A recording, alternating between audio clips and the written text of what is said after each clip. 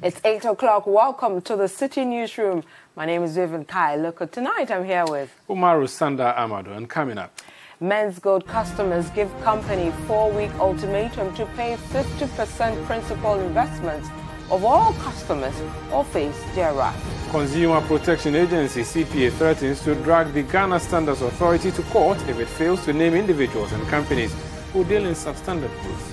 Also coming up, court denies 2 Delta Force members who were arrested in connection with the attack on the Member of Parliament for Old Tafo over the weekend bail. And to some intriguing news, that new statistics have revealed that about 40% of Ghanaians are living with one mental disorder or another. Details of the news now. Now, Kumasi Circuit Court has remanded in police custody 2 members of political vigilante group Delta Force.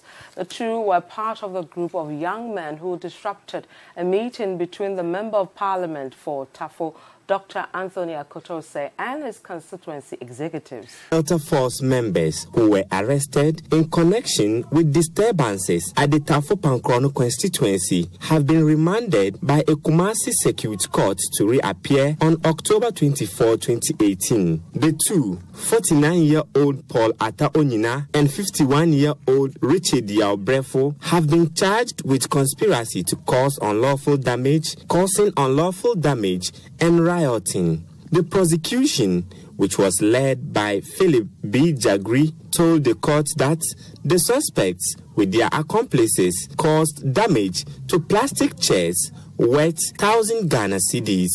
Now, the Consumer Protection Agency, CPA, has given the Ghana Stardards Authority a 1-week ultimatum to come out with names of individuals or organizations that deal in substandard goods on the Ghanaian market or face legal action. The CPA says it has received several complaints from consumers about accidents associated with the use of several substandard electrical gadgets on the market.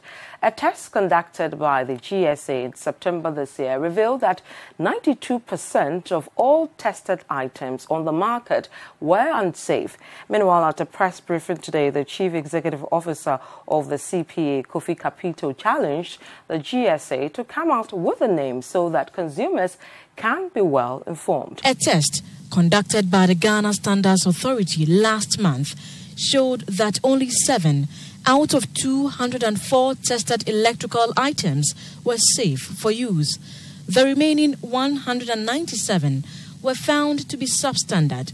Most of these products, which were seized during a swoop in various markets across the country, did not meet the standards in terms of safety, elasticity, and durability. At a press conference today, the Consumer Protection Agency said it has received several complaints from customers about the dire consequences associated with the use of such items.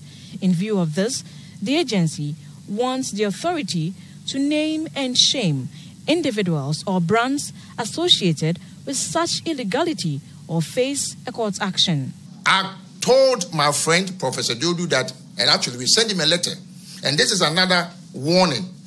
If that report or the names of the companies is not published, CPA will go to court to seek the guidance of the court to force Professor Dodu to release the names. Time has come, we should do name and shame. Let's move on to some other stories. And a group called Aggrieved Traders of Menzgold has given gold dealership company Menzgold a 4-week ultimatum to pay 50% principal investments of all customers. This was made known at a press conference following the refusal of the company to honor previous promises of payment. There's more in this report. The press conference was aimed at reacting to several statements from Menzgold since the impasse between the gold dealership company and the SEC began. The company has recently hinted of its plans to make payments of the principal investments of all customers within 3 months. However, General Secretary of the Aggrieved Customers of Menzgold, Kenneth Nimo, addressing the media, gave a 4-week ultimatum for the company to provide 50% of the principal investments of customers. We do not subscribe to the prolonged period of 90 days stated in Menzgold's latest communication, as the company has not adhered to set timelines in the past period.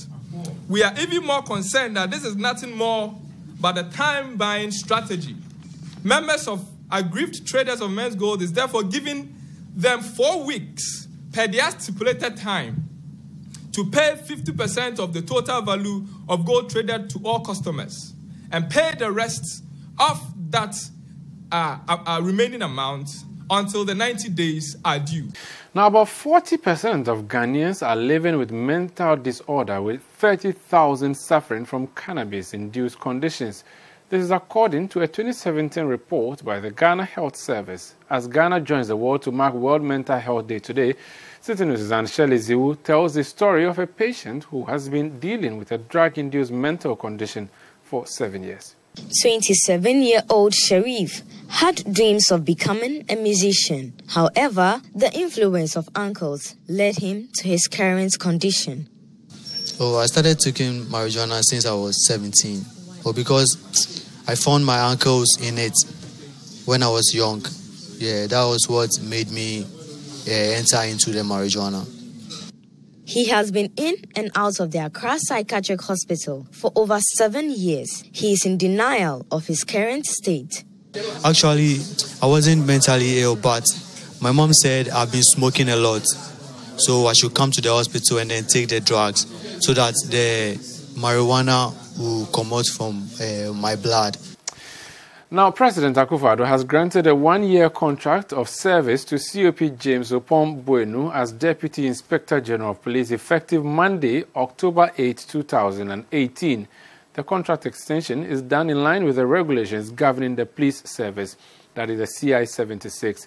COP Opon-Buenu was appointed Deputy IGP last month, barely 3 weeks to his retirement, but a letter signed by the Secretary to President Nana Danko Akufo-Addo, that's Nana Asante-Bediatu, and cited by Citi News, indicated that the officer would stay in office until October 2019.